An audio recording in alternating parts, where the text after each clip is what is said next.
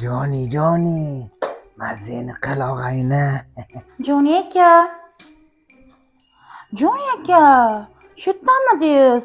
Ishdan kelishimni ham kutolmaysiz, ishdan charchab kelyapman. Asalcham, kel o'tir. Men sizga necha marta aytaman, ishdan kelayotganda eshikdan chiroyli bo'lib kulib kutib oling deyman. Endi asalcham, kuni bilan uyda zerikaman deyman ham. Vannaga kirdim, cho'mildim, xonaga kirdim, uxladim, kuxnyaga kirdim, ovqat yedim. Endi razna birazi uchun kirmabdi yotay dedim-da.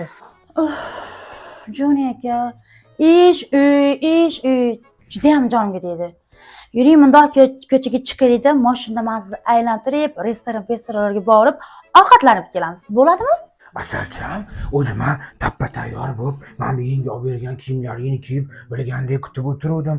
Boringga shukr asalcham, yaxshiyamsan borsan, qornim ham ochib ketdi. Uydagi bir xil ovqatlarni yeverib, o'sha mashtumga keldi. Ketdi bo'lmasam. Marhamat xonim, asalcham. Jonimsan. Ketdi.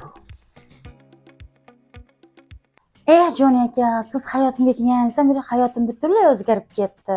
Ishqilib barbicham yaxshi tomonga o'zgardimi? Yo yomonmi? Hoy, albatta-da. Oldin hayotim bunaqangi o'tmagan, hozir juda ham baxtliman. Asalcham, unda men yaxshi xursandman bundan.